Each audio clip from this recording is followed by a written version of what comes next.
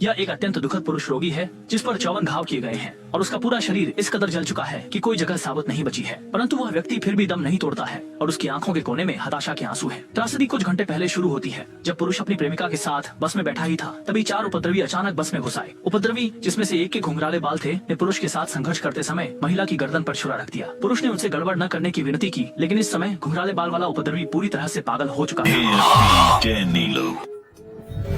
आदमी तुरंत ही दुख से व्याकुल हो गया और उसी समय हिंसक व्यक्ति ने छुरा घोंपा। पूरे 54 बार छुरा घोंपने के बाद दुखियारी जोड़ी आखिरकार गिर पड़ी। चारों आंखें मिली। आदमी की आंखों में निराशा और असंतोष से भरी थी और होश खोने तक भी उसकी आंखें बंद नहीं हुई। आपराधिक लोग सबूत मिटाने के लिए बड़ी बस को आग लगा दी, लेकिन सौभाग्य से आदमी की किस्मत खत्म नहीं हुई। अगले दिन जब बचाव दल पहुंचा तब उन्होंने एक जीवित आदमी को खोजा, पर आदमी की चोटें इतनी गंभीर थीं और आधा चेहरा पूरी तरह जल चुका था। बचाना मुश्किल था।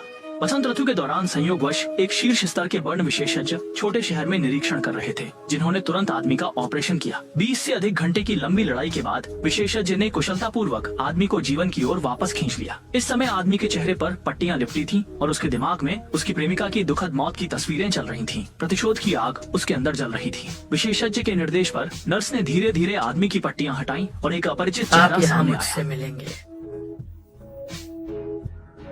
वे इसके लिए तैयार। आईने में अजनबी खुद को देखते हुए आदमी एक समय पर इसे स्वीकार नहीं कर पाया, लेकिन बदला लेने के लिए उसने ज्यादा उलझन में नहीं रहा और तुरंत ही खुद को एक नया नाम दिया, राशि। बाकी सभी दुश्मनों को भी हराएगा। राशि ने विशेषज्ञ के लिए एक धन्यवाद पत्र छोड़ा और तुरंत ही बदले की राह पर निकल पड़ा। दुश्मनों को सफलतापूर्वक मारने के लिए राशि ने एक विस्तृत बदले की योजना बनाई। उसने सबसे पहले चुपके से चारों गुंडों का पीछा करना शुरू किया।